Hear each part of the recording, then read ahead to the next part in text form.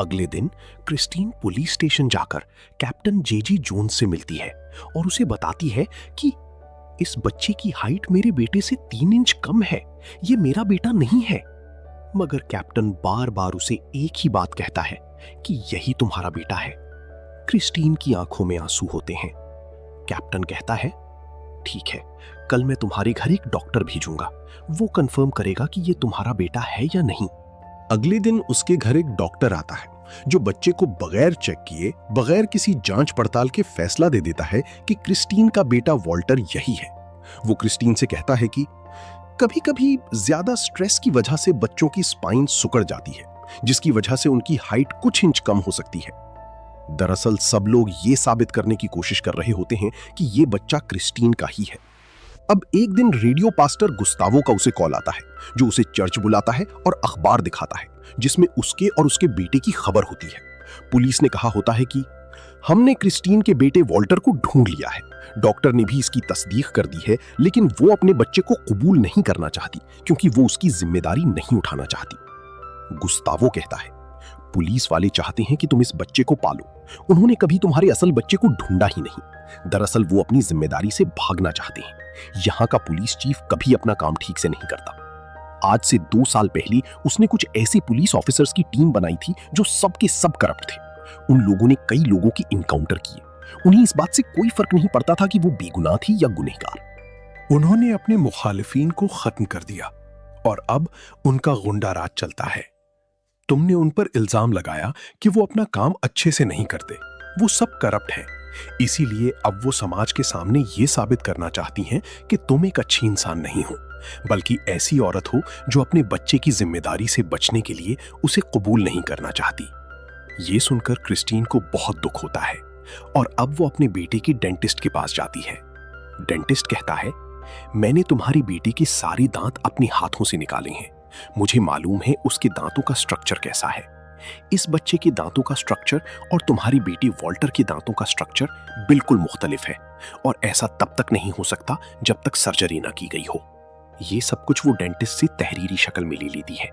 उसके बाद वो अपनी बेटी को स्कूल ले जाती है, जहां वो लड़का जो उसे बेटा बनाकर दिया गया था अपनी क्लास टीचर का नाम भी नहीं बता पाता। इसके बाद क्लास टीचर कहती है, अपनी सीट पर बैठ जाओ, मगर उसे नहीं मालूम होता कि उसकी सीट कौन सी है, इसीलिए वो दूसरी सीट पर जाकर बैठ जाता है। क्लास टीचर कहती है, ये तुम्हारा बेटा नहीं हो सकता, अगर तुम चाहो तो मैं कोर्ट में आकर गवाही देने के लिए तैयार हूं। दरअसल सबको कंफ्यूजन इसलिए हो रही होती है क्योंकि इस बच्चे की शक्ल वॉल्टर से मिलती है और अब क्रिस्टीन मीडिया के सामने ऐलान करती है कि जिस बच्चे को पुलिस ने मुझे सौंपा है वो मेरा बेटा नहीं है। कुछ महीने पहले मेरा बेटा खो गया था। शायद पुलिस अपना काम सही से नहीं करना चाहती या गलती से उन्होंने किसी और के बेटे को मुझे दे दिया है। मेरे पास मेरे बेटे के डेंटिस्ट का तहरीरी लेटर भी है, साथ ही उसकी क्लास टीचर भी गवाही देने के लिए तैयार है कि ये बच्चा वॉल्टर नहीं है। और जब ये बात कैप्टन जेजी जोन्स को पता चलती है तो वो क्रिस्टीन को सबकी नजरों से बचाते हुए पिछले दरवाजे से पुलिस स्टेशन बुलाता है और उससे कहता है, क्या तुम अब भी ये दावा करती हो कि जो बच्चा हमने तुम्हें सौंपा है वो तुम्हारा बेटा वॉल्टर नहीं है? क्रिस्टीन हां में जवाब देती है और अब कैप्टन जेजी जोन्स को गुस्सा आ जाता है। वो अपने ऑफिसर से कहता है, इसे पकड़कर मेंटल हॉस्पिटल में एडमिट कर दो। इसके बाद उसे मेंटल हॉस्पिटल ले जाया जाता है, जहां क्रिस्टीन को बहुत ज्यादा टॉर्चर किया जाता है। इसी मेंटल हॉस्पिटल में क्रिस्टीन को एक और औरत मिलती है जो उसे बताती है, यहां ज्यादातर वो लोग हैं जिन्होंने पुलिस के खिलाफ आवाज उठाई थी।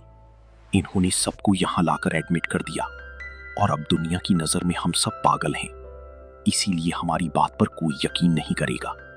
अब उसे डॉक्टर के पास ले जाया जाता है, जहां डॉक्टर उसे कहता है, पुलिस तुम्हें प्रोटेक्ट करना चाहती है। क्रिस्टीन कहती है, हाँ मैं देख रही हूं। और अब डॉक्टर उसके सामने उसकी रिपोर्ट बनाने लगता है, यानी वो उसे पागल साबित करना चाहता है क्योंकि वो खुद भी पुलिस के साथ मिला हुआ है। क्रिस्टीन की आंखों में आंसू होते हैं, उसे कोई उम्मीद नजर नहीं आ रही होती। दूसरी तरफ हमें लेस्टर नाम का एक डिटेक्टिव दिखाया जाता है जो एक लड़के को पकड़ता है जो गैर कानूनी तरीके से कनाडा से यहां रह रहा होता है। उस लड़के का नाम क्लार्क है, जिसकी उम्र सिर्फ 15 साल होती है। डिटेक्टिव लेस्टर कहता है, तुम यहां क्यों आए?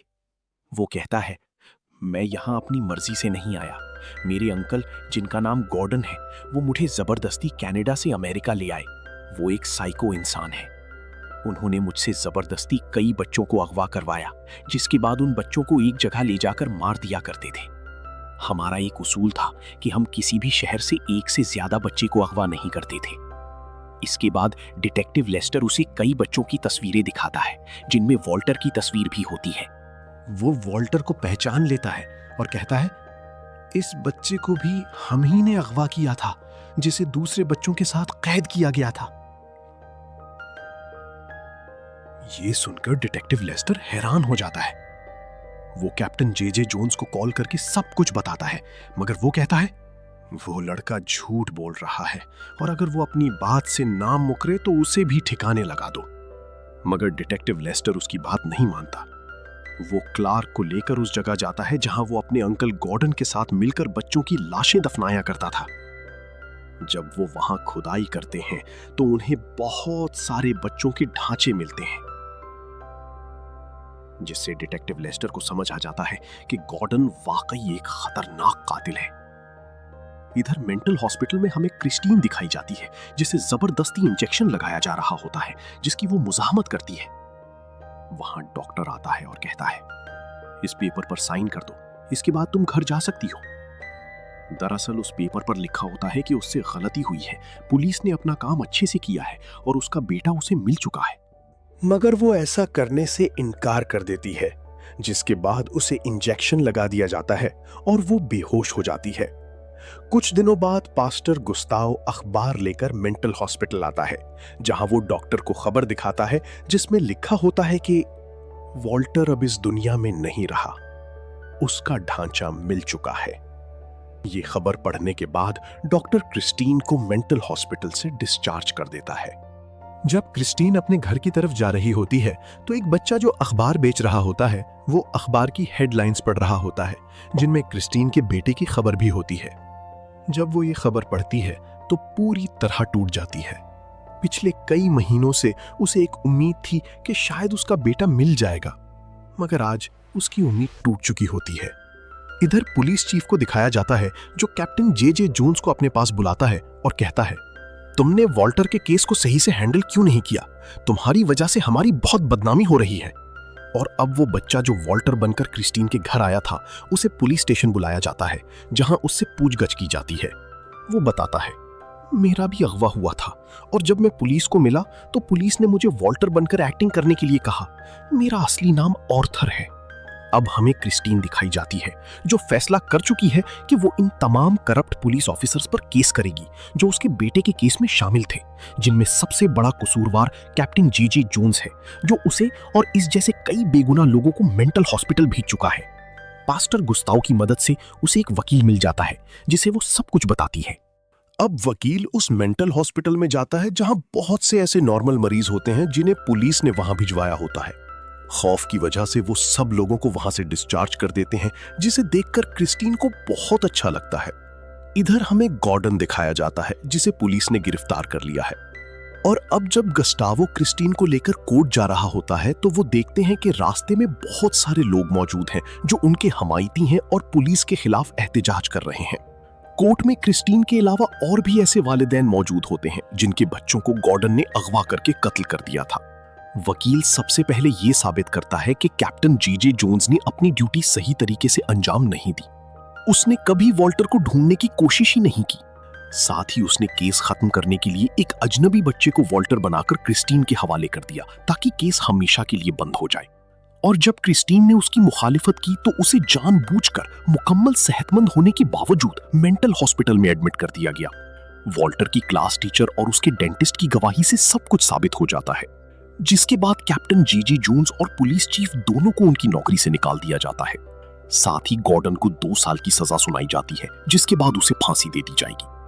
मगर जाने से पहले गॉर्डन क्रिस्टीन से कहता है, मैंने तुम्हारे बेटे को नहीं मारा।